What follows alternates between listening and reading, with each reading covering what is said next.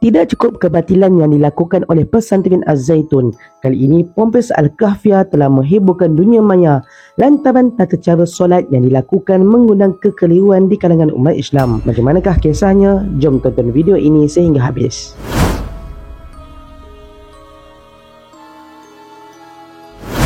Assalamualaikum sahabat semua. Bagi yang pertama kali datang ke channel ini, saya Fakri. Dan bagi yang dah subscribe, saya ucapkan terima kasih.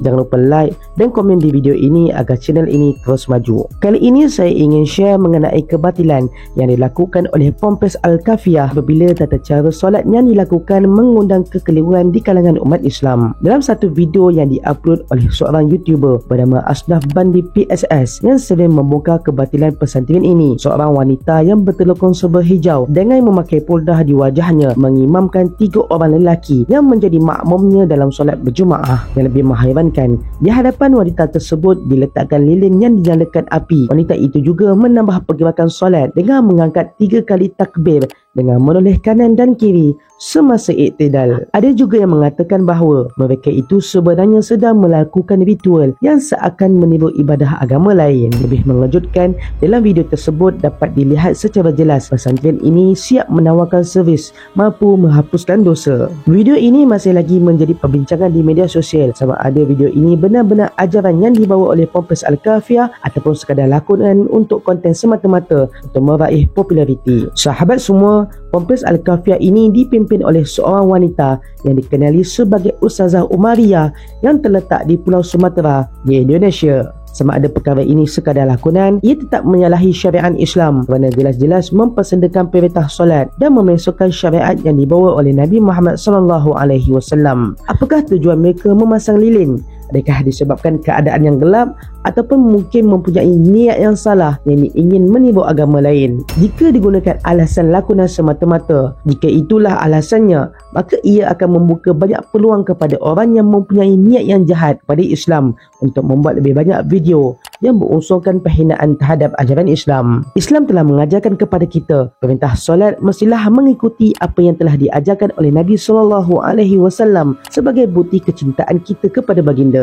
Ini disebutkan daripada Malik bin Al-Huwairis bahawa Nabi SAW telah bersabda, maksudnya, dan solatlah kamu seperti mana kamu melihat aku solat. Sahabat semua, hari ini banyak usaha-usaha kebatilan yang dilakukan oleh musuh Islam dalam melakukan penyimpangan terhadap syariat Islam. Timbul pula isu wanita yang ingin melakukan apa sahaja yang mereka kehendaki, di antaranya dengan menjadikan wanita sebagai khatib Jumaat dan juga imam solat berjemaah. Mereka melaungkan slogan bahawa wanita juga perlu kehadapan dalam bab ibadah dengan alasan ingin menuntut keadilan dan hak kesamarataan.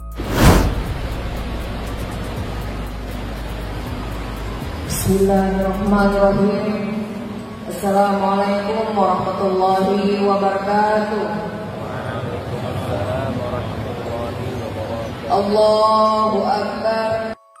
Allahu Akbar. Isu wanita menjadi imam ini pernah dilakukan oleh seorang wanita yang berfahaman liberal yang bernama Aminah Wadud. Ia bermula apabila tindakannya yang disokong oleh Sister in Islam yang menjadi imam solat Jumaat di Virginia Commonwealth University, New York pada 18 Mac 2005. Beliau kemudian mengulanginya lagi di Oxford, England pada tahun 2008. Ar-Rahman Ar-Rahim, the most gracious, the most merciful. Malik Yawmiddin.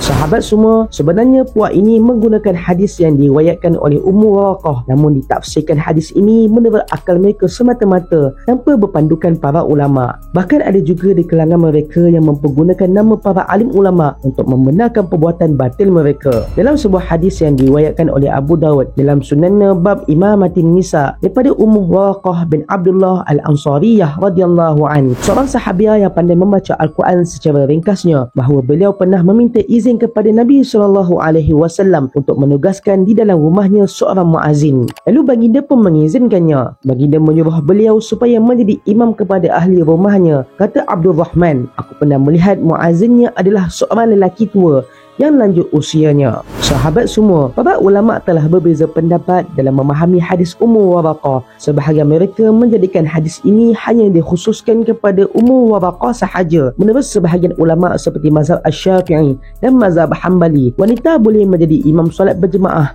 yang makmumnya hanya wanita sahaja, seperti yang dilakukan oleh Aisyah radhiyallahu an dan Ummu Salamah radhiyallahu an. Antaranya, Al-Hakim meriwayatkan daripada Atta, katanya, beliau Aisyah radhiyallahu an pernah melaungkan azan, iqamah dan mengimamkan jemaah wanita serta berdiri di tengah-tengah mereka. Sahabat semua, tidak pernah dinukilkan kepada kita walaupun sekali sama ada pada zaman sahabat maupun pada zaman tabi'in bahawa ada wanita yang pernah menjadi imam solat kepada jemaah lelaki. Hakikatnya, perkara ini merupakan strategi oleh musuh Islam agar melonggarkan pegangan umat Islam supaya melakukan syariat Islam tidak mengikut panduan yang diajar oleh Nabi Muhammad SAW.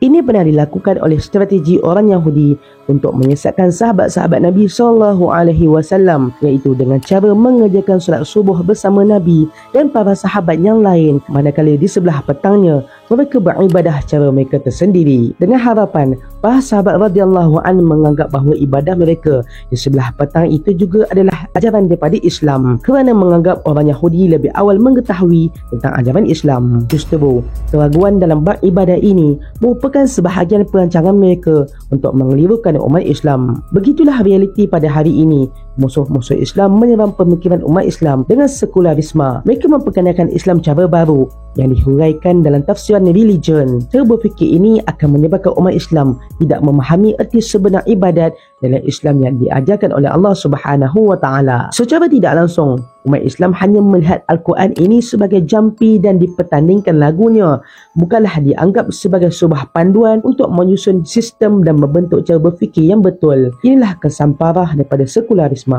Akhir kata, persiapkanlah diri kita dalam mendalami ilmu agama, kerana musuh Islam sejak dahulu lagi tidak pernah berhenti dalam berusaha untuk merasakan umat Islam dari dalam. Sekian saja daripada saya. Sekiranya sahabat merasakan video ini bermanfaat, jangan lupa subscribe, like and share.